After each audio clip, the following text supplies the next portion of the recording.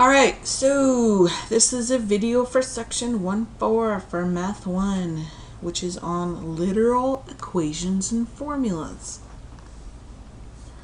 So to get started, we're going to define for you what literal equations are and what formulas are. And so these things right here are called Frayer Model Vocabulary cards, I guess. So to fill them out, we put the word in the middle. So in the middle, we're going to write literal equation. And there's 4 parts, as you can see. There's a definition, characteristics, examples, and non-examples. So a literal equation, let's define it, is an equation that involves two or more variables. By the way, this handout that I'm writing on is in the Math 1 documents folder so that you can print it out. If you don't have access to a working printer at the moment, then you can just do your best to copy this information. Okay, so let's give an example of a literal equation.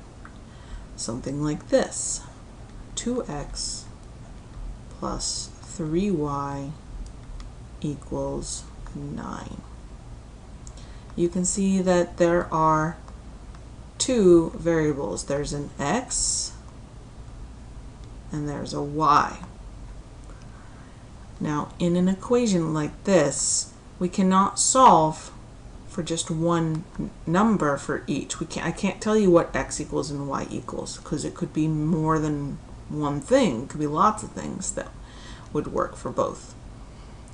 So what we do with what we do with literal equations, we're going to write this in the characteristics section, is we can rewrite them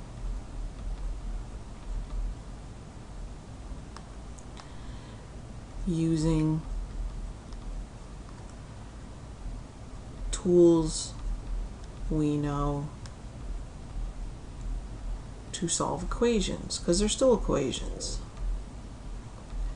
And that's usually what we're going to need to do. We're going to rewrite them, and we're going to use the tools like distribution, combining like terms, moving things from one side to the other, undoing operations, that kind of stuff. We can rewrite them using those tools. Okay? A non-example. Let's give a couple of non-examples.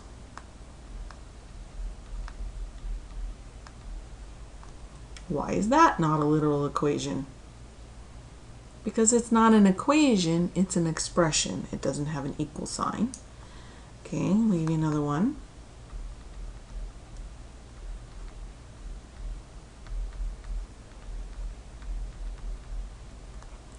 This is not a literal equation because it doesn't have 2 or more variables. We have the same variable x being repeated twice.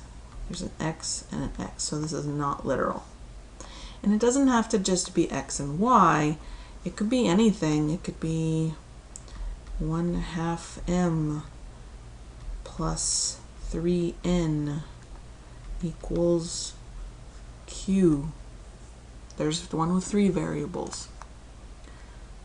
Okay, now the second definition that we're going to put in here is a formula.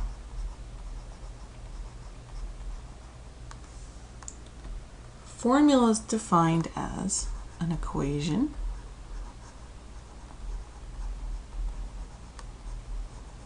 that states a relationship among quantities. Now, an important characteristic of a formula is it is a special type of literal equation.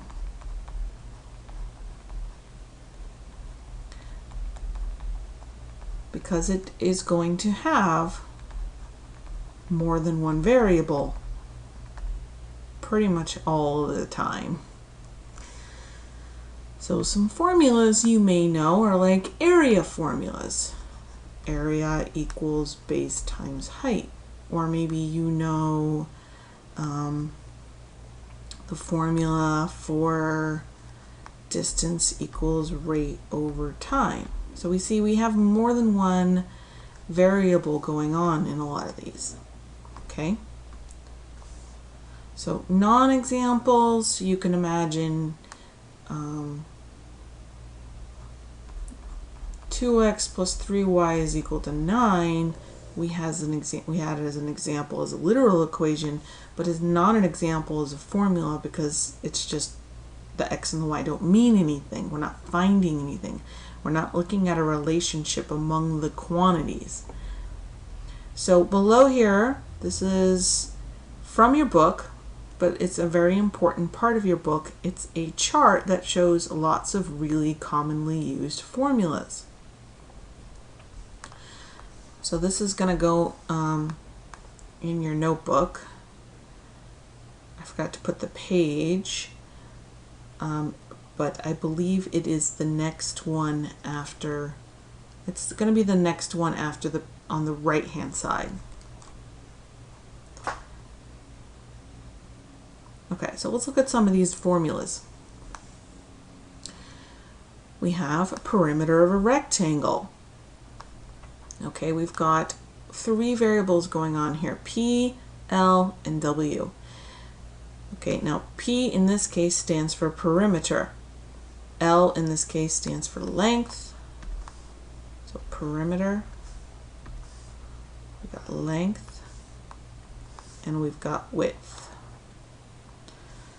So you would plug in the width here for the W and the L here, and the result would be the perimeter. Then we have the circumference of a circle. So we've got the circumference of a circle is kind of like perimeter, but for a circle. So C is circumference. We have a radius. Run out of colors real quick. I'll just have to repeat it. R is the radius. Pi is a number, right? Pi is approximately 3.14. It's not a variable, but it is a constant. Okay, and so you can see the rest of these formulas. These are some commonly used formulas. And each of the variables are described here. Now, depending on the formula, sometimes you're going to get the same letter used in different ways in different formulas. So you need to be careful to pay attention to what kind of formula it is and what the variables stand for in that formula. Okay, so that's it for your notes. What we're going to do is we're going to practice some of the questions from your homework. So you're going to need your textbook next. Okay, and I'm starting on page, there we go. We're looking at page 29 is where this section starts. Okay, so you can see there's defined a literal equation. So if you need to, pause the video, go get your book, unpause the video. All right, ready? Okay, so we're going to do this one right here, which was on page 29. Solve the equation 4 equals 2m minus 5n for m. What are the values of m when n equals -2, 0, and 2? So there are two variables, so that makes, there's m and n, so that makes it a literal equation. And so what they're asking us to do is to find the values of m when we plug in these three things for n. So you're basically going to do 3 problems. So I'm going to rewrite it over here. Now notice I didn't write the n. Instead, I put a placeholder with some parentheses because I'm going to plug in the n right here. And then I'm going to solve for the m. Okay, so you're going to do it 3 times. I'm going to start by plugging in -2. Alright, so we're solving for m. We need to simplify this right here. This is -5 times a -2, which is a positive 10. Okay, I'm going to undo what's happening to the m. So first it's multiplying by 2, second we're adding 10, so we're going to undo the adding 10 first by subtracting 10 from both sides. We get -6 equals 2m, divide by 2, divide by 2, m equals -3. So that's our first answer. Okay, now we're going to do this process again 2 more times. Okay, this time I'm going to plug in 0. Okay, I want you to pause the video and I want you to do this one on your own. And then when you've got an answer, unpause the video. Okay, did you get m equals 2? Good job. So when we plug in 0 and we multiply by 0, when you multiply by 0 it doesn't really do anything. It just turns it into a 0. In fact, there's no such thing as a -0, so maybe that's just a positive, but it doesn't really matter. In fact, I don't even need to write this at all, because adding 0 doesn't do anything. So really I just get 4 equals 2m. Divide both sides by 2, and then I get that m equals 2. So we're going to do one more. We're going to do positive 2. We're plugging in positive 2 for n. So again, I want you to pause the video, do this one on your own, and then when you're done, unpause the video. Okay, did you get 7? Awesome. If you didn't, here's your work. We multiply -5 times 2, we get -10. Then we're going to add 10 to both sides. We get 14 equals 2m. We divide both sides by 2. And that gives us 7. Okay, let's go on to the next page. So this is page, that was 29, this is 30. Okay. So now we're going to practice rewriting a literal equation with only variables. So what equation do you get when you solve -t equals r plus px for x? So when they say solve this thing for x, what they want you to do is get x alone. That's what we're doing when we're solving regular equations, right? We're trying to get the x or whatever variable it is alone. So that process is the same, except instead of numbers, we have other letters. So let's see, I'm going to write this a little bigger. Looks like this. So the first thing I suggest you do is find the variable you're looking for, which is the x. There it is. Remember the first and second thing that we did before? Let's do that. So let's identify what is happening to x. In what order? First, second. So that we can undo it. Well, the first thing that's happening to x here is it's being multiplied by the letter p. So times p. Okay. The second thing is we're adding r. It's a positive r, and it's adding to it. So then we want to undo it in the reverse order. Undo. Okay, remember to take off your shoes before you take off your socks. So we gotta undo this one first, right? So to undo adding r, we need to subtract r. Then second, we need to undo multiplying by p. So to undo multiplying by p, we're going to divide both sides by p. So there's our steps right there. So I'm going to subtract this r from both sides. Cancel, cancel. Now I can't really subtract a negative t minus r. They're not like terms. I can still subtract it from the side. But all I can do to write it is this. I'm just going to write the negative t minus r. I can't actually do anything with this. They're not like terms. Okay, but the r minus r will cancel, and I'm left with px. So let's then divide both sides by p, because that's the second thing we were supposed to do. Now I'm going to divide everything by p.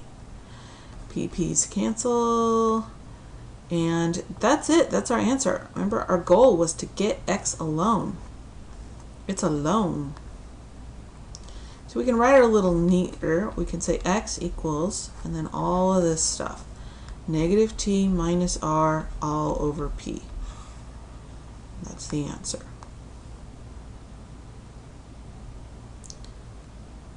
Okay, let's look at number 3 here, right below this. We're again solving for x. So we want to get x alone, but this one's a little bit more difficult because you'll notice x is in 2 places.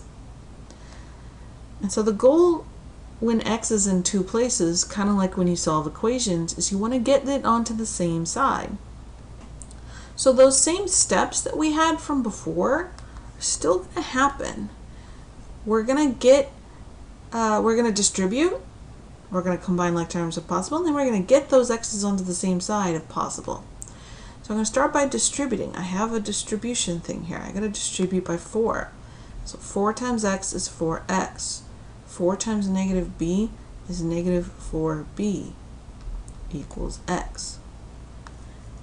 Remember, we want to combine like terms, or, well, we can't combine like terms because there's no like terms on either side, and then we want to get like terms onto this, or get the x's onto the same side. So here's a 4x and here's an x.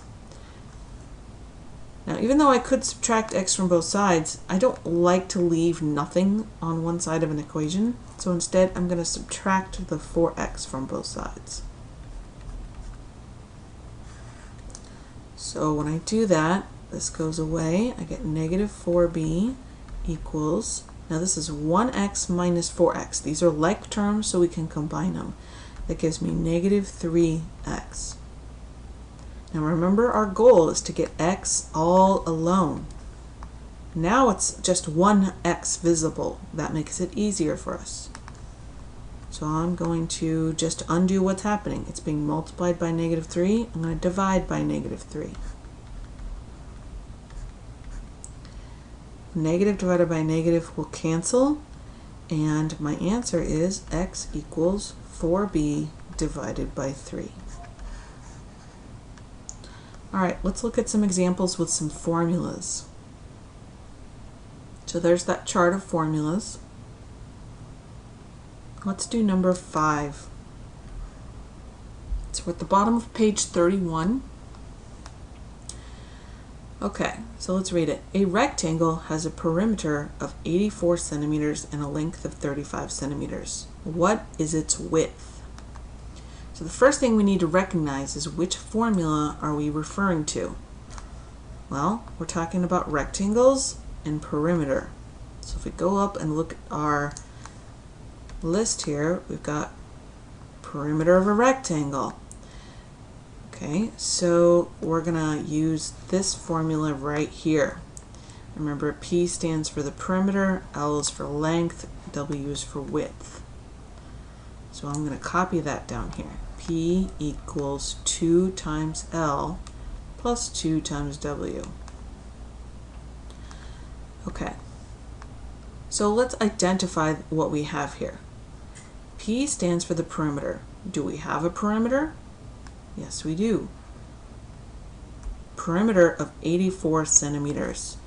So I like to write out something like this. 84 centimeters is equal to P. That's the P. Okay, what else? We need an L, a length. a length of 35 centimeters. There's L. L equals 35 centimeters. Okay, so my program crashed, but I'm back up, and we're talking about the perimeter being 84 centimeters, the length of a rectangle being 35 centimeters, and we're asking what is the width. So the width is the thing that we're looking for. So W equals question mark. Anytime you're working with a formula, you're going to be given information to plug in and things that you don't know that you have to find. So one thing you can do is you can rewrite this equation for W. Well, you don't have to, but we can use what we just did with rewriting an equation by solving for a variable. But you don't have to. I generally don't think it adds too much extra, it doesn't help too much. So I'm just going to go ahead and take P equals 84, and I'm going to plug it in for P. And then L with 35. And then we're looking for W. Now, if I was doing like a ton of these types of problems where I had to always look for the width, like if I was manufacturing a rectangle of some kind and I had a specific perimeter and a specific length and I'm always looking for the width and I had to do a ton of these, then it would probably be easier to rewrite the equation so that W is solved for. Oops. So then to do that, we would just get this 2L term over to the other side, because remember you're trying to solve for W. And I get P minus 2L, because this one would cancel, equals 2W. And then I would divide both sides by 2. So W equals P minus 2L over 2. So then I could use that formula over and over and over. Or sometimes you need, like programmers of software, maybe they need to create something where it's always plugging into this equation to find the width given a perimeter and a length. Using the other one wouldn't work so well. So there's various reasons why rewriting an equation solved for for one of the variables is going to be handy. But if you're just doing one problem, it's up to you. So I'm going to show you how to do it both ways. So I've got 84 is equal to 2 times 35 plus 2W. Right? I plugged in the P and I plugged in the L that they gave me in the problem, and I'm looking for the W. So 84 will be equal to 70 plus 2W. I'm going to subtract 70 from both sides. We get 14 equals 2W. I'm going to divide by 2 to both sides. Cancel, cancel. W equals 7. So there's your answer. Okay, I think that's probably enough examples. If you need any more help, let me know, okay?